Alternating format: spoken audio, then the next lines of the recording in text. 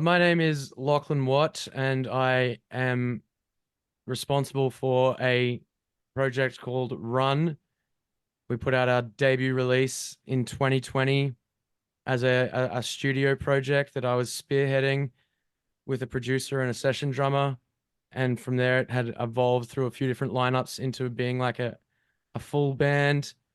And then in 2023, we put out a couple of singles as a bit of a testing ground for that. And then now finally we have our second EP, True Heaviness Is Time, which is out now. Beautiful, Lachlan. Thanks for joining us today, brother. Thank you for having me, Kris. My pleasure. So, Run are today releasing a surprise EP titled True Heaviness Is Time. So, why the secretive nature of the release, mate? Like this day and age, people don't like surprises. Uh, I might beg to differ. Like people seem to be really excited about the surprise Bring Me the Horizon album last week. True. Um, and I work in this industry and see bands just doing the same thing over and over again in terms of having pre-orders and release rollouts and stuff. And I just thought that because I'm not beholden to anyone else or any record labels or anything with this, it's like, why not just do it a little bit differently? And we've sort of, because we've released three of the singles so far. And so people have already got 50% of the EP because it's 6 tracks. And if we were to announce the EP now and then have like, okay, it's coming out in a couple of months, it's like, I feel like that would be a little bit deflationary. Like you'd lose a bit of the excitement. And maybe we could have announced the EP a long time ago while we were rolling out these singles, but the way that the artwork is kind of all set up, it's like slowly reveals the bigger picture throughout the singles. Okay. And I just think that it's a more exciting way to do it. And you kind of get a little taste of what the bigger picture is with each single. And then now, boom, you can see the full picture and you understand what we were doing.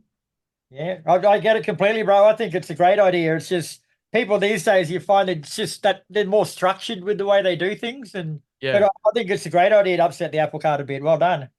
Thanks, man. Oh, wow. So tell us a bit more about the EP from a musical point of view and what you were going for with it. Uh, the concept with Run has always kind of just been to be a collision or enmeshing of a few of my favorite subgenres of heavy music, like metalcore and deathcore, but like an old school kind of metalcore sound with like post metal and the post black metal sort of thing.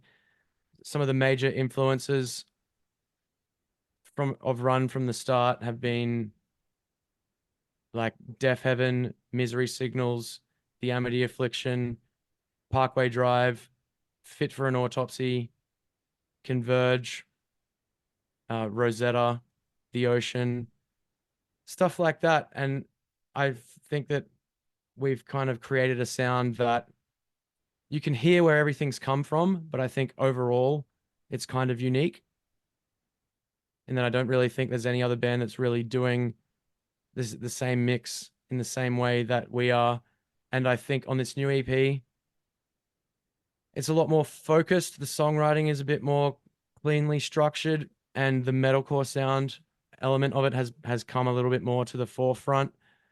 I still think it sounds like exactly the same band, but the black metal side of things is perhaps a little bit less prominent, and there's a lot more breakdowns, which is fun and way more satisfying to play live.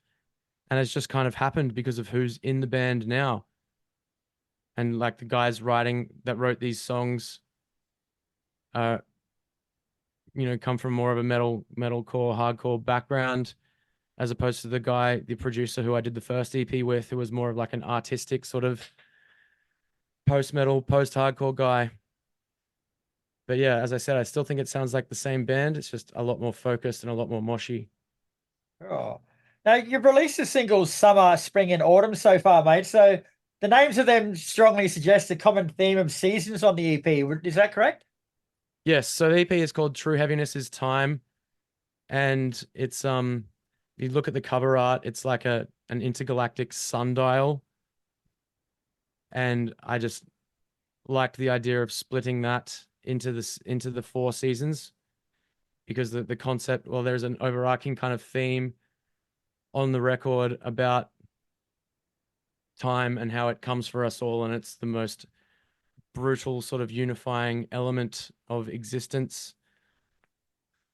And I just thought the seasons kind of lent themselves to some really nice visuals and color schemes and stuff. And when we didn't actually write the songs with the specific seasons in mind, it was like, oh, we got a bunch of songs, time to kind of figure out the concept and put it all together. And I was kind of like, this song has the most blast beats and it's the most black metal, sounds the darkest. This obviously has to be winter. Mhm. This song has kind of got like a bit of like the slow delayed kind of intro, and it's starting to get a bit darker. It feels like autumn to me. This song has the big melodic chorus. That's obviously summer. This one's an explosion of energy. It's it's spring. And then to flesh it out a bit more, we have the title track as the intro. And then we had an extra song laying around and thought we'd do one more with One Way Out as as like a big finale sort of closer.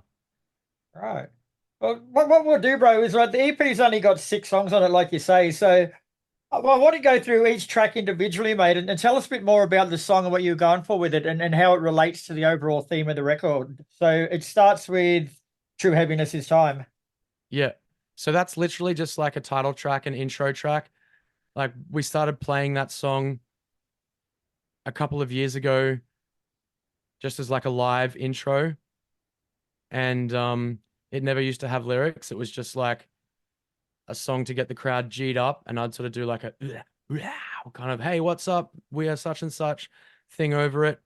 So there's no real concept or lyrics to it. I think there's like 2 lines of lyrics that aren't just the title itself. And that's that song. It's pretty simple. It's just an announcement. This is what the EP is. This is what it's about. Have some moshing riffs to get you psyched up for what's to come. Sweet.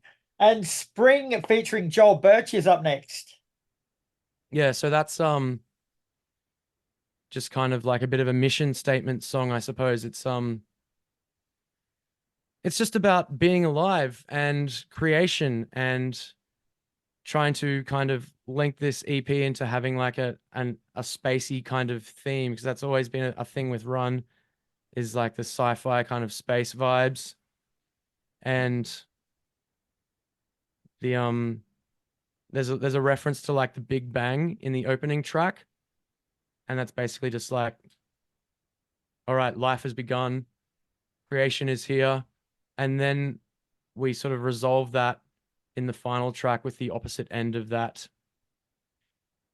But I think I'll have to think. Hang on, give me a sec. I don't know if there's any specific event or anything that inspired that song, but it is just kind of a lyrical waxing on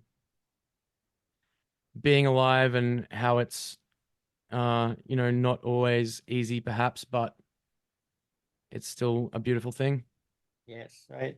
Then you've got "Summer." Yes. Summer is it's like I'd say, when I said it's bright kind of musically, but lyric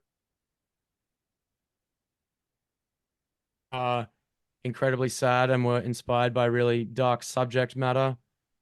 I had rewritten the lyrics to Summer and scrapped them several times over because I just wasn't really sure what the song was about, and I wasn't happy with anything. And then when Ryan from Polaris passed away, it kind of something clicked and I understood what the song was about at that point.